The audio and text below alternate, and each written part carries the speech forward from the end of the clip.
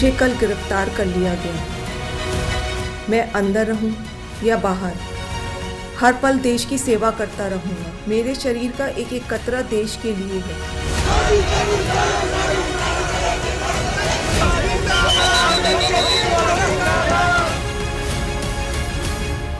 शराब नीति किसने बनाई?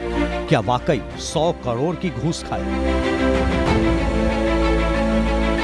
लीकर पॉलिसी के साउथ कनेक्शन पर इतना अटेंशन क्यों है? सिटिंग सीएम को गिरफ्तार करने की नौबत क्यों आई? ऐसे ही सवाल हैं, एक नहीं कई हैं, जिनका जवाब दिल्ली जानना चाहती है, देश जानना चाहता है और शायद ईडी भी जानना चाहती है।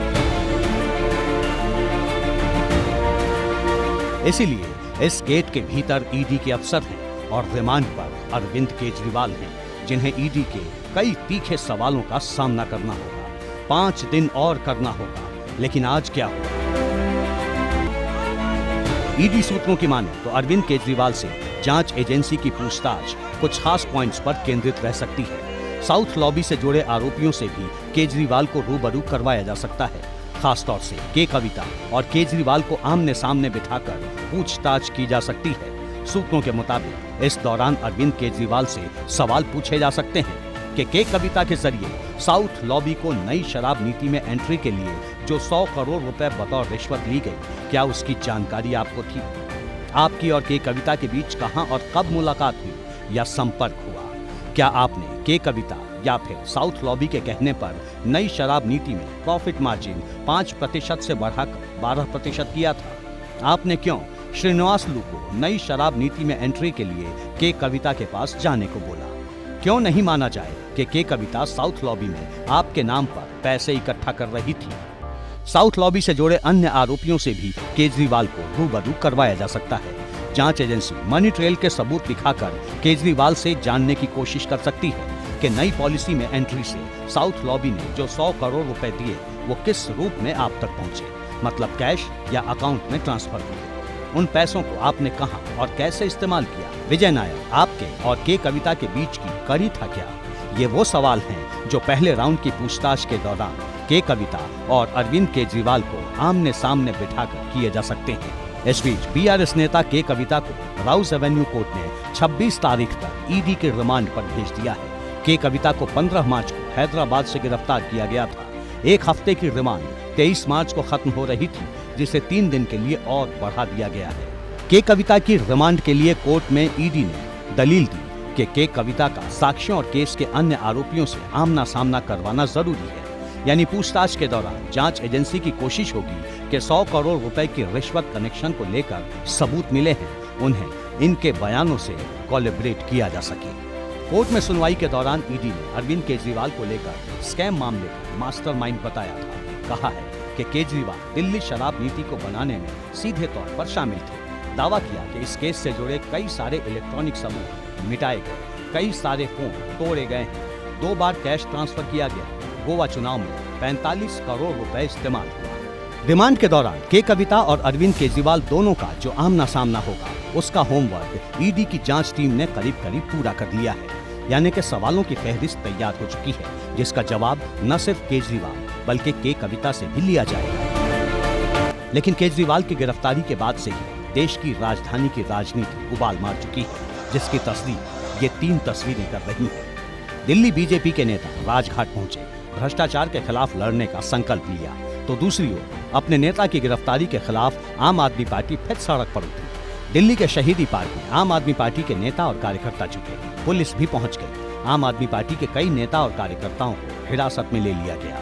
इस दौरान दिल्ली सरकार में मंत्री आतिशी और पुलिस कर्मियों के बीच तीखी बहस भी हुई। आइए बैठिए, चलिए अब आइए हमारी गाड़ी, आइए हमें लेके चलिए, आइए बैठिए, मैं बैठो आप हमारी गाड़ी। आप जाना कहाँ है? मुझे अपने घर जाना है। नहीं यही बैठ जाते। ये तो गजब गुंडाई है। यहीं बैठ जाओ, सारे बैठ जाओ, बैठ जाओ, बैठ जाओ, बैठ जाओ, बैठ जाओ, बैठ जाओ, बैठ जाओ। अरे आपने रोका, अरे गोली मारो ना, गोली मारो, गोली मारो, गोली मारो, हम वहाँ से अपना मारो गोली।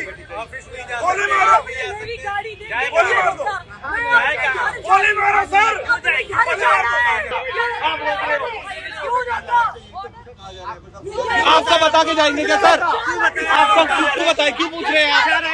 क्यों पूछ रहे हो आप? क्यों पूछा? चिल्लाइए मत, क्यों नहीं चिल्लाएंगे? क्यों नहीं चिल्लाएंगे? चिल्लाइए मत, दिए प्रॉपर कॉल दी हुई है प्रदर्शन की। दिल्ली में 144 धारा लगी हुई है। 144 लगी हुई है। आम आदमी पार्टी का दावा है कि उनके पार्टी दफ्तर को सील कर दिया गया है। चुनाव के दौरान ऐसा कैसे हो सकता है? चुनाव आयोग से शिकायत करेंगे। करना चाहते हैं, ये लोग चाहते हैं कि एक एक करके हमें डिटेन करके जेल में डाल दें और हम चुनाव ना लड़ पाए। इसलिए अभी हम यहाँ पे कोई लड़ाई झगड़ा नहीं करेंगे, लेकिन आज हम इलेक्शन कमीशन से टाइम मांगेंगे और इलेक्शन कमीशन जाके पार्टी ऑफिस को सील किया जा रहा है। आप सब इनकी फोटो ले लीजिए।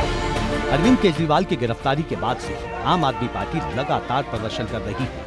दिल्ली ही नहीं बल्कि पंजाब से गुजरात तक प्रोटेस्ट हुए हैं, लेकिन सवाल बरकरार है। सवाल ये कि क्या होगा अगर केजरीवाल की गिरफ्तारी का मामला लंबा चलता है? क्या अरविंद केजरीवाल ही मुख्यमंत्री बने रहेंगे? क्या दिल्ली में आपका नया चेहरा सीएम होगा, या फिर केजरीवाल अपने परिवार के हाथों में ही सत्ता रखेंगे? वैसे रिमांड पर जाने के बाद से ही अरविंद केजरीवाल साफ कह चुके हैं कि वही मुख्यमंत्री रहेंगे, सलाखों से ही सरकार चलाएंगे। आम आदमी पार्टी के नेता भी यही कह रहे हैं, लेकिन इन सब के बीच सुनीता केजरीवाल भी मैदान में कूद चुकी हैं। अरविंद केजरीवाल की पत्नी सुनीता केजरीवाल ने उनका संदेश पढ़ा। संदेश में क्या था, खुद सुनिए। आपके बेटे और आपके भाई अरविंद केजरीवाल जी ने जेल से आपके लिए संदेश भेजा है। मेरे प्यारे देशवासियों, मुझे कल गिरफ्तार कर लिया गया।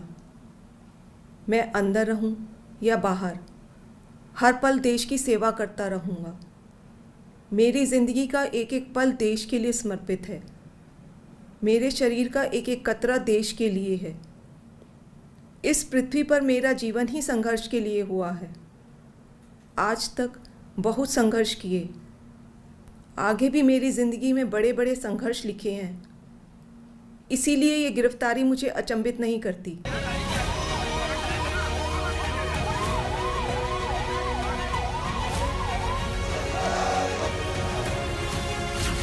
अपने संदेश में केजरीवाल ने कार्यकर्ताओं से संयम बरतने को कहा।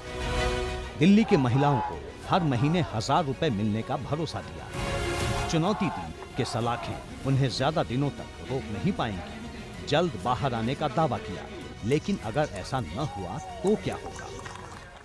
आम आदमी पार्टी के ज्यादातर बड़े नेता जेल में हैं। ऐसे में अरविंद केजरीवाल को जेल जाने की वजह से अगर इस्तीफा देना पड़ता है तो मुख्यमंत्री पद पर सुनीता केजरीवाल उनकी पहली पसंद हो सकती है। ऐसा क्यों माना जा रहा है, इन दो तस्वीरों से समझिए। दिल्ली वालों को संबोधित करते वक्त सुनीता केजरीवाल अपने पति अरविंद केजरीवाल की तरह ही नजर आई। 23 मार्च को वीडियो शेयर कर सीएम केजरीवाल के अंदाज में ही अपनी बात रखी। इस दौरान बैकग्राउंड में भगत सिंह और बाबा साहेब भीमराव अंबेडकर की तस्वीर लगी थी। बिल्कुल इसी तरह से सीएम केजरीवाल भी प्रेस कॉन्फ्रेंस करते थे। ऐसे में माना जा रहा है कि आम आदमी पार्टी अरविंद केजरीवाल के जेल जाने को इमोशनली पेश करना चाहती है, लिहाजा बीजेपी ने सवाल उठाने में देर नहीं की। सही मायनों में देखें तो अरविंद केजरीवाल को दिल्ली के जनता की हाय लगी है। हाय लगी है उन हजारों बस मार्शलों की जिनको छद्म नौकरी देकर के निकाल दिया गया। हाय लगी है उनको डीटीसी कर्मचारियों को जिनको वेतन नहीं मिल रहा। हाय लगी है उनको गेस्ट टीचरों के जो परमानेंट नहीं हो पाए। हाय लगी है अरविंद केजरीवाल को उन गलियों के माताओं बहनों की जो नाली बजबजाती हुई देखने को मजबूर हैं। बीजेपी भले ही सवाल उठाए, लेकिन आम आदमी पार्टी जानती है कि केजरीवाल की गिरफ्तारी के बाद मुख्यमंत्री की गद्दी के लिए सुनीता केजरीवाल ही सबसे मुफीद शख्सियत हो सकती हैं। इसकी वजह भी है। जानकारों का मानना है कि सुनीता केजरीवाल अरविंद केजरीवाल के बचाव में अगर उतरती हैं, तो आम आदमी पार्टी को सहानुभूति का फायदा मिल सकता है। महिला होने की वजह से महिला मतदाताओं के बीच उनकी बात ज्यादा संवेदनशीलता के साथ सुनी जा सकती है। बीजेपी के लिए भी किसी महिला नेता के खिलाफ कोई टिप्पणी करना आसान नहीं होगा। यही वजह है कि सुनीता केजरीवाल से इमोशनल मैसेज दिलवाने पर बीजेपी अरविंद केजरीवाल को ही घेर रही है।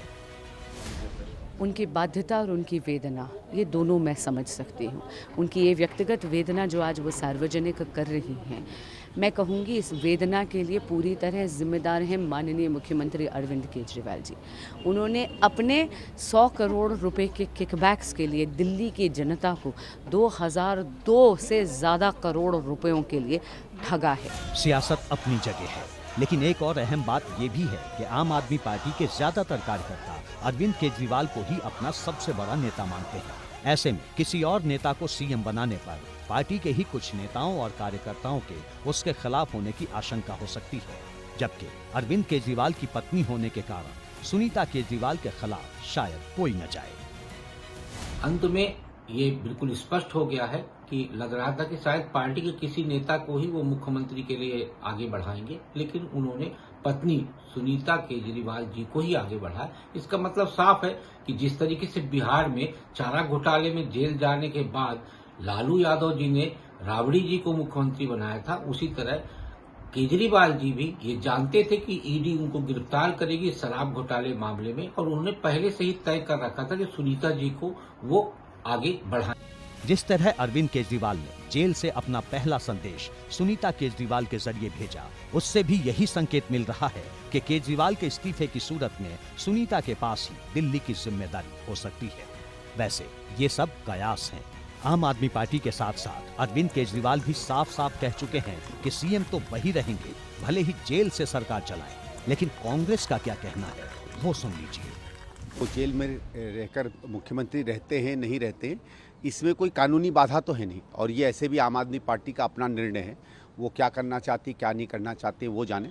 मैं तो केवल एक व्यक्तिगत रूप से ये कह सकता हूँ कि शायद बेहतर ये होगा प्रशासन के हिसाब से कि वो किसी को मनोनीत कर दें, कोई चला ले, लेकिन ये उनके ऊपर है वो किस तरह चलाना चाहते हैं क्या नहीं चलाना चाहते हैं। इसलिए मेरे ख्याल से बेहतर यही होगा कि हम इंतज़ार करें आम आदमी पार्टी का और केजरीवाल साहब का क्या निर्णय होता है इस पर। आम आदमी पार्टी इंडिया अलायंस में शामिल है।